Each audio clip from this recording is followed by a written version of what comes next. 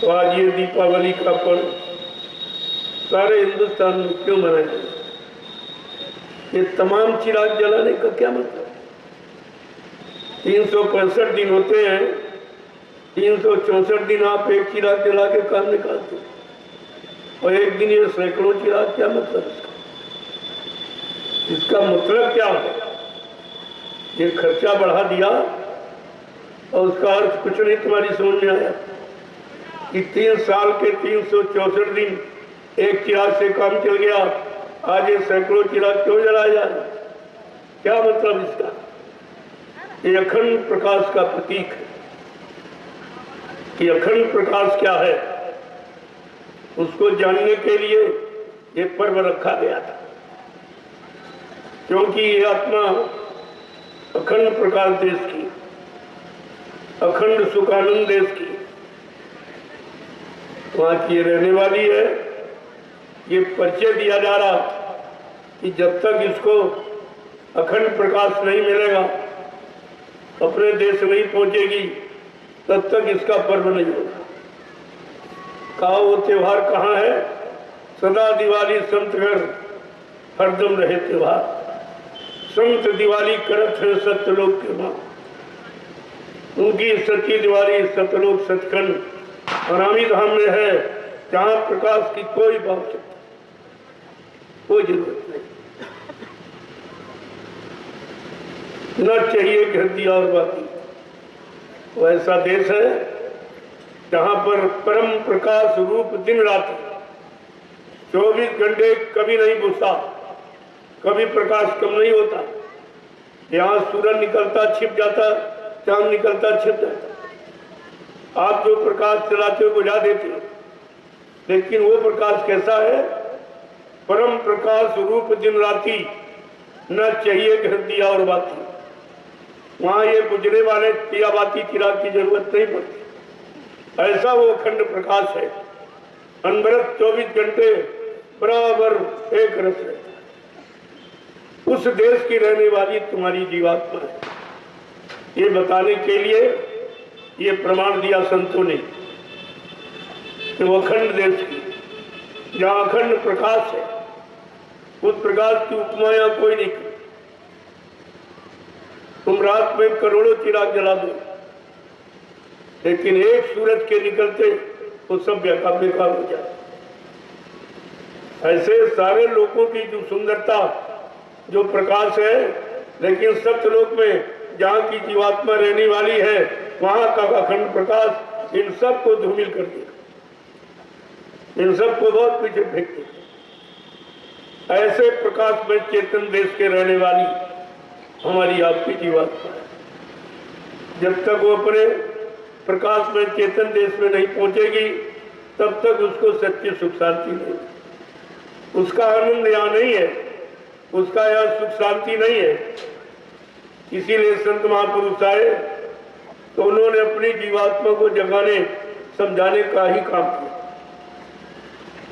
उन्होंने आपके लिए नहीं, आपके शरीर को मिलने वाला राजपाट, धन दौलत, मान सम्मान, अधिकार, पद पत्नी, बाल बच्चों के लिए नहीं, अपनी जीवात्मा को जगाने के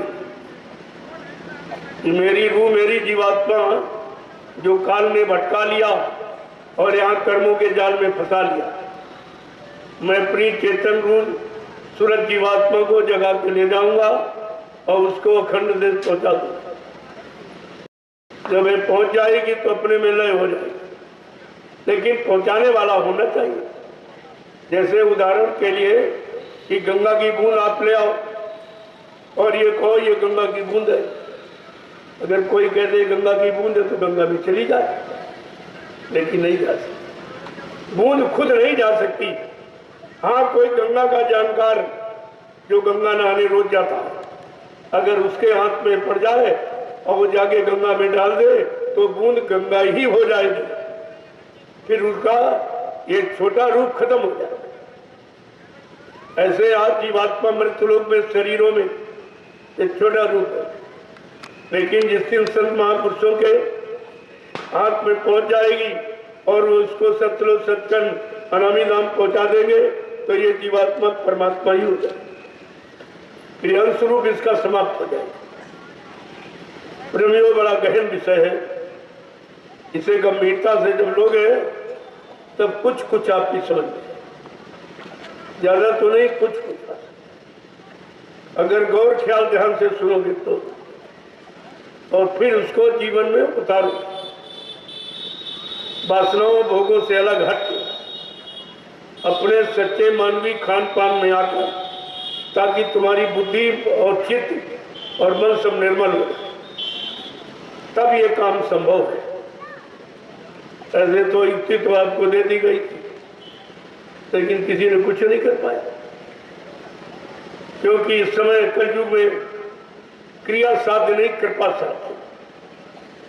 अगर कृपा हो जाए तो तुमको क्रिया की आवश्यकता ही नहीं। वो तो क्रिया इसलिए कराई जाती है कि जो तुमने अन्य क्रियाएं की जिससे कुछ मिला नहीं, तो धीरे से उनसे हटने के लिए आपको ये क्रिया दी कि सुमिरन करो, ध्यान करो, भजन करो। कथा वार्ता करते सुनते जीवन निकल गया, कुछ नहीं हुआ, तो आप सत्संग करो।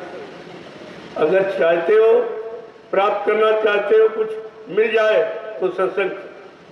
अब कलयुग में कथा वार्ता नहीं, सत्संग विदा। और कहा अगर पाप कर्मों से मुक्ति चाहते हो तो दान है, व्रत है, हवन है, पूजा, इससे कुछ नहीं हुआ। तो आप क्या करो? परमार्थी सेवा।